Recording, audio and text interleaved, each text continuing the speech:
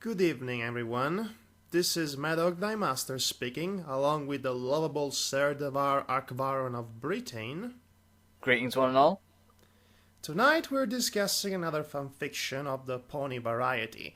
It was written by the same author of Biblical Monsters, Mr. Horsevoice, whom was kind enough to comment on our previous fanfiction dissection.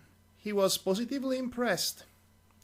The story we are reading tonight is actually two stories for the price of one. Two really short stories that were written together. They are connected by a really thin, subtle thematic line. They are called Scrap Paper and Pinkamena. And they are not what they might seem to you at first in the way they present themselves. Which is one thing I can appreciate about this author, is that at the very least he tries to play with the expectations of the reader. But in this case, I believe the strongest points of the stories are not to be found in the actual twists, or lack thereof, but in the subtext. And we're getting there. But first, let's just introduce them. Devar, if you please. Let's start by dissecting Scrap Paper. What's this story all about? Let me guess, no spoilers, I'm guessing. Actually, for the sake of our analysis, we're going to be forced to spoil these little stories, so this is a fair warning. If you haven't read them already, if you are interested in any way possible, I'd suggest you to go read them right now. From now on, we're going to spoil them all. So, Devar, if you please. Of course. Scrap Paper stars Rarity, of course, being, well, Rarity, and she's basically caught in a great storm of the rain while, basically waiting for Twilight to come back from a meeting. And, when she's caught in the rain, she decides to go inside Twilight's house and, wait for her inside the house. Basically, this seems like the classic setup for a creepypasta or otherwise commonly known grimdark horror gory scenario that we've kind of became used to in the specific context of this fandom since Cupcakes. And I believe this was intentional, the setup for the inevitable twist and possible dramatic resolution and tragedy and death and blood. It's that kind of insipid, so to speak, but it doesn't play the way you would expect it to play, because what does Rarity find in Twilight's house, Devar? She sees something that seems a bit odd, a crooked floorboard, so to speak, and with ominous shadows, emphasized by the candlelight. Ooh. And the thunder. So she's, as being curious, she decides to check it out and tries to push it down at first, of course, because, being a perfectionist and all, wanting to fix things, and finds that it's not going down, so she removes the floorboard to see what's there, and only to find papers stuffed in there. And what do those papers actually contain? What is contained in the papers is what appears to be a very steamy fanfiction of Twilight with Rarity.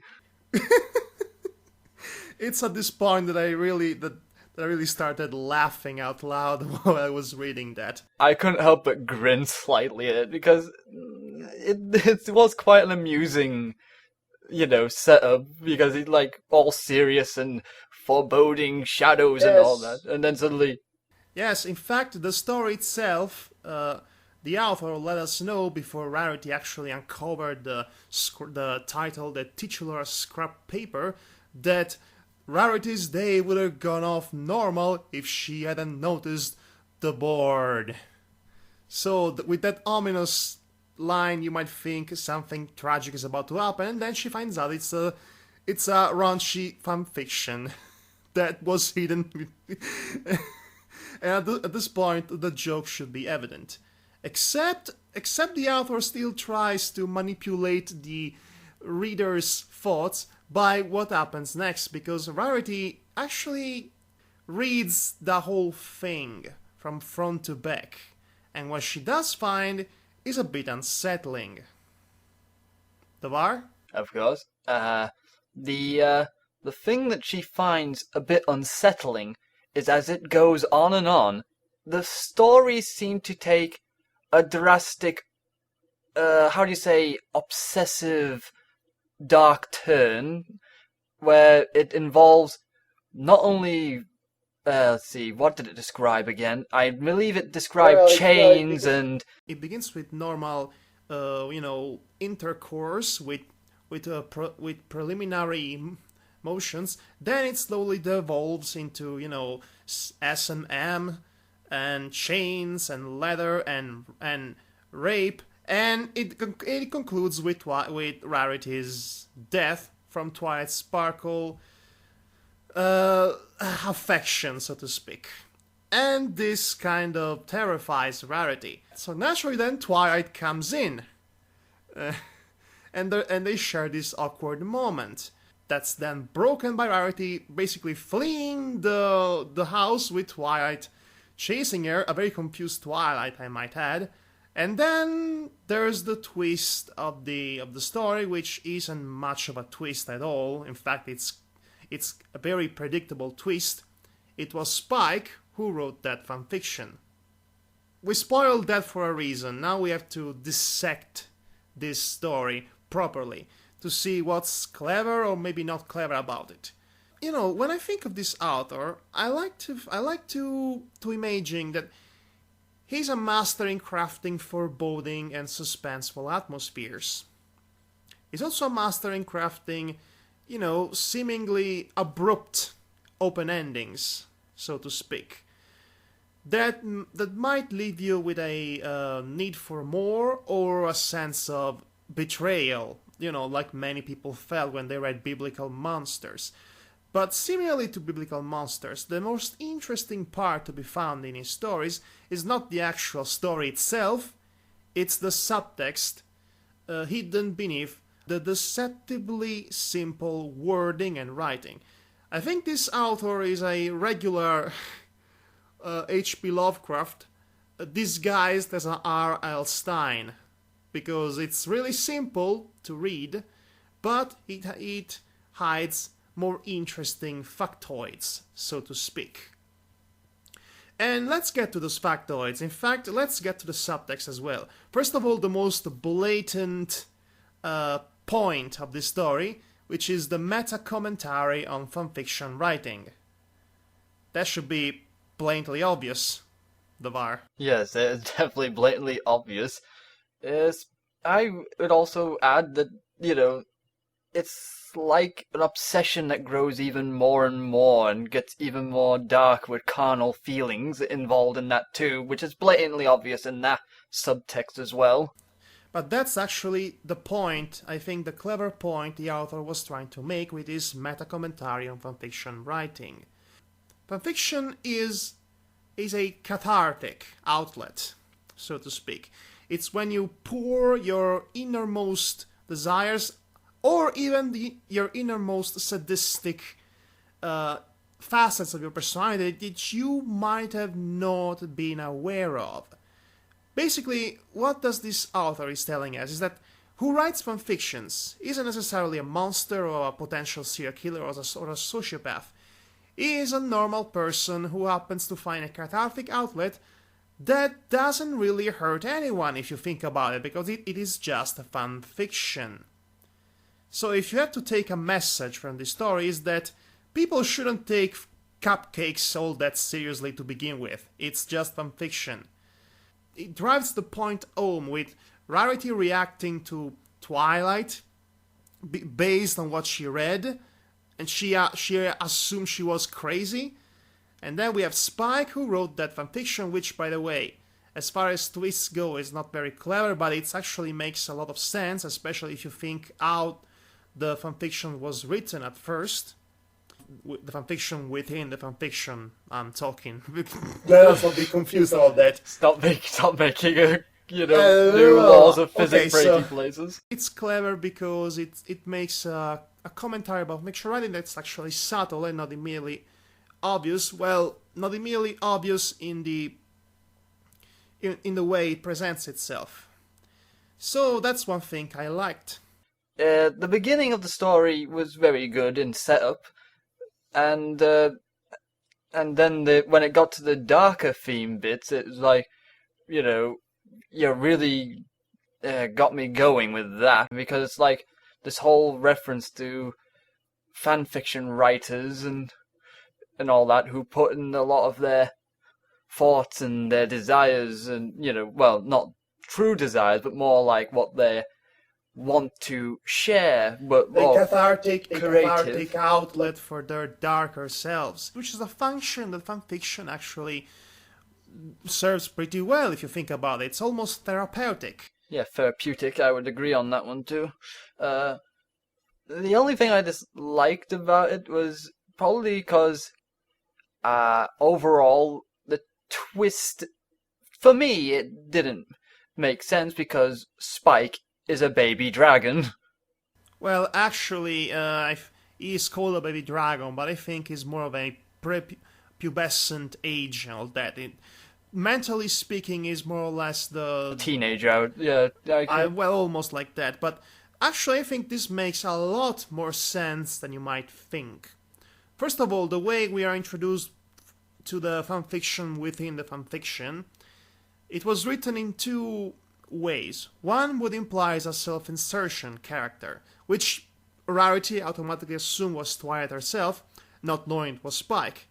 Then we get to the part in which Spike starts fantasizing about Twilight and Rarity. But the thing I find really interesting, again, from the subtext standpoint, is that the story seems to vainly hint at us where Spike might have gotten his inspiration for that fanfiction, at least the Twilight cross Rarity part.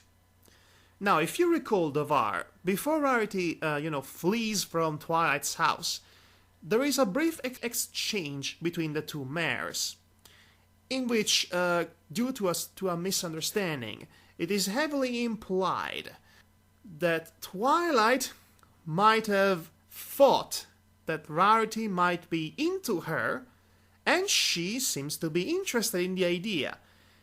It is all in the subtext, it is not plainly said. But let's assume that Spike might have actually known that Twilight has actual interests in Rarity. That would be where the inspiration came for his work. The generation of it after that might just be the work of his fantasy, because he's a growing dragon who just discovered fanfiction writing. So there's that. What do you think? To be honest, that was another thing that I had an inkling about, because it's just the way the author wrote the dialogue between them. It seemed like it was... I noticed it immediately as soon as Twilight showed great interest. At first it was, you would think, oh, she means like Slumber Pie, but then you're like thinking, no, wait, she could be thinking more than that.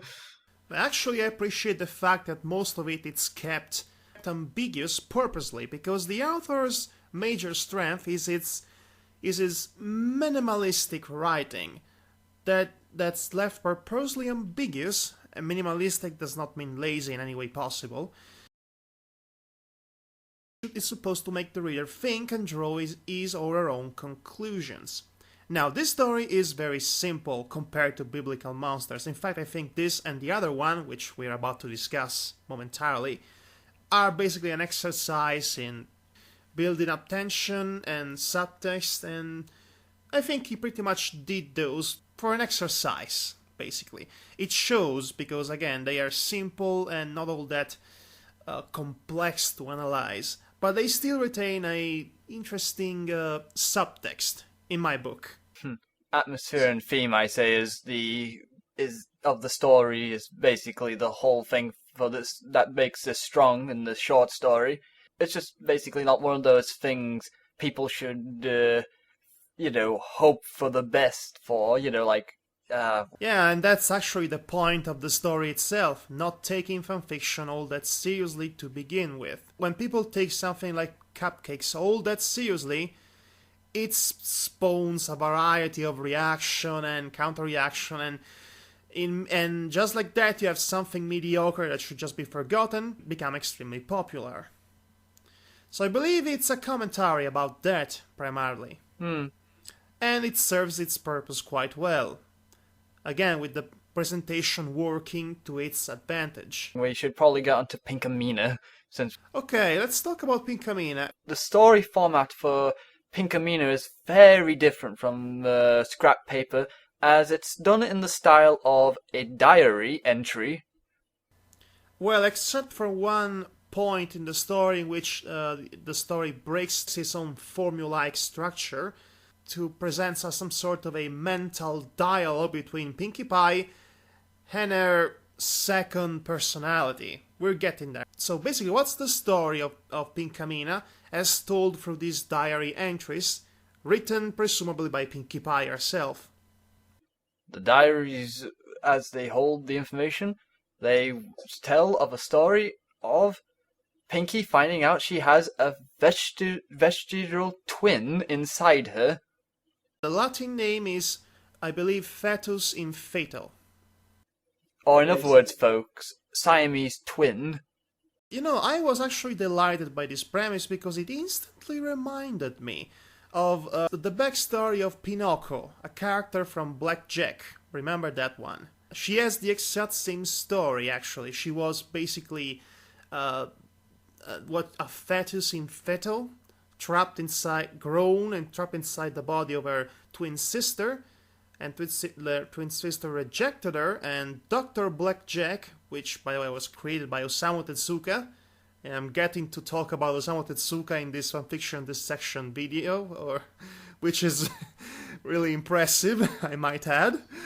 And what Dr. Blackjack does, he basically transplants the organs of this Siamese twin of Pinocchio into a body he fashioned himself, and basically Pinocchio is an homunculus. And yes, but we're getting sidetracked. I just wanted to mention the similarity because what made me interested in this story to begin with. Now, usually when you have the story of somebody finding they have a Siamese twin living inside their body, and the way the story presents itself, it should lead to the obvious resolution that the twin starts to take over the body, and then a series of mysterious murders start, and then there is a tragedy and somebody dies by the end of it, and it's basically Dr. Jekyll and Mr. Hyde with Siamese twins. So you'd expect it to end badly for everyone involved.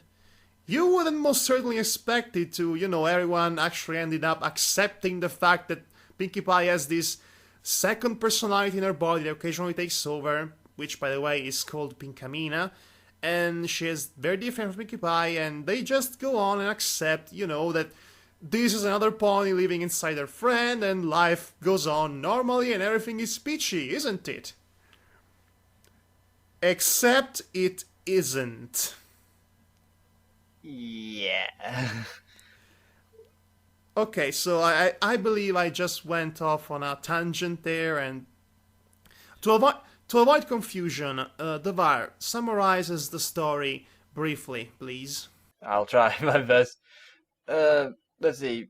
Pinkie, as I said before, finds out she has a Siamese twin inside her body, and tries to convince her friends that there's nothing wrong with her, and it goes on living a life basically talking to Pinkamina apparently as well, and referring to her as a separate entity. See, I'm trying to think if there was anything else, but other than the fact that there's one point in the story where it looks like as if things are going to take a turn for the worse, where where Pinkie has blackouts, and apparently Pinkamina has been doing things without her knowledge. Including saying unnameable things to Mr. Cake to the point that made it really angry, and also incidents caused by the fact that Pinkamena isn't really able to control Pinkie's body, at least at first. But what happens next is basically what no one would expect, because it seems a bit disappointing. There's no climax to this story.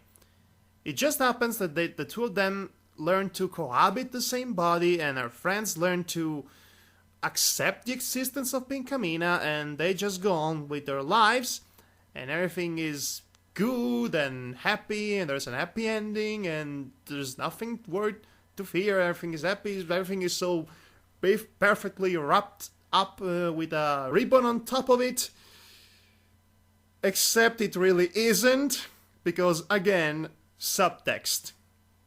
And this is where it hit me, like a train on a rail, and I was tied to the rails. It hit me like that. At some point during this very short story, Pinkie Pie mentioned something interesting in one of her diary entries. She mentioned an event called the Roslack incident. If you recall, Devar. Yes, it was crossed out at one point, and then she forgot the situation. Yes, it's never explained what that funny Roslack-related incident was all about.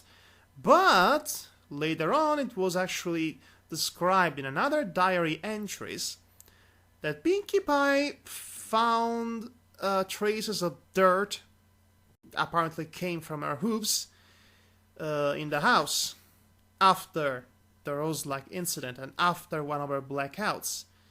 So this makes me wonder, what if this story is actually tricking you into believing that everything is hunky-dory?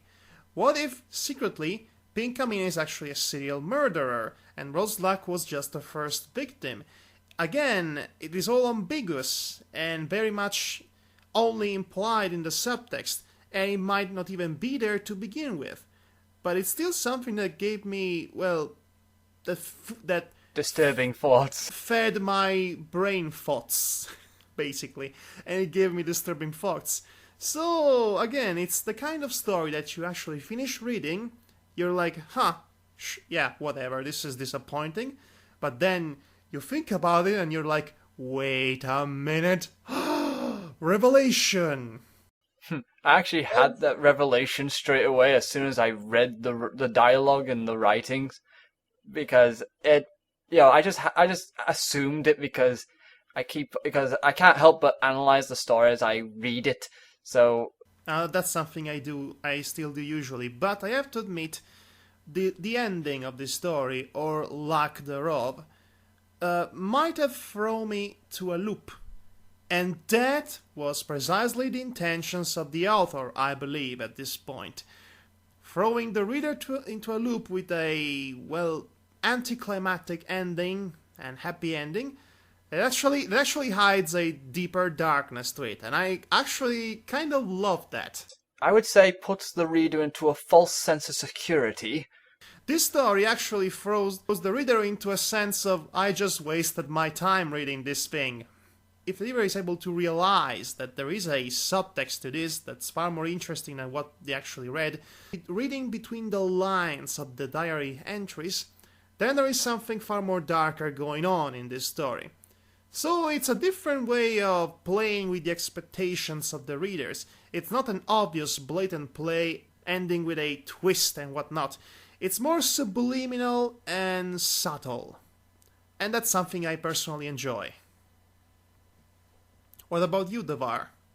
Well, I can't say I didn't enjoy them, because I just thought that the ideas were interesting, and it's just maybe because I noticed them straight away, these little details that I couldn't, recommend it highly like you do, but it's just to me it's an experimental story that sets out to do what it does, and that is create a dark theme with as well as subtly hint things. It's a good way to waste some time reading these two stories. They aren't nearly as good as biblical monsters or as profound or mentally challenging. Mentally challenging, that came out wrong. Thought provoking. But they are a nice way to spend some of your free time. And if The way Pinkamena is open-ended, you could it leaves the reader thinking, what could happen now? it does lead me thinking that I really want to see a sequel to Pinkamena because I want to know what their everyday life is like. You know, hijinks and whatnot. Switching bodies in, Cinderella boy style. that would be fun to watch. Okay, I think we discussed everything that needed to be discussed about this short couple of stories. Yeah. Next time, Devar, you decide the story to read. How about that? I'll try, but it's rare I get to read fanfictions anymore these days. No, it's done. I said it, so it's going to happen. So, okay. This has been Madhog thy Master. And I have been Devar Akbaron. Sir Devar Akbaron. of... Of Britain. And don't you forget it. Thank you for joining us tonight. And, well, I'll be bidding you a good evening. Farewell, and take care, my guests.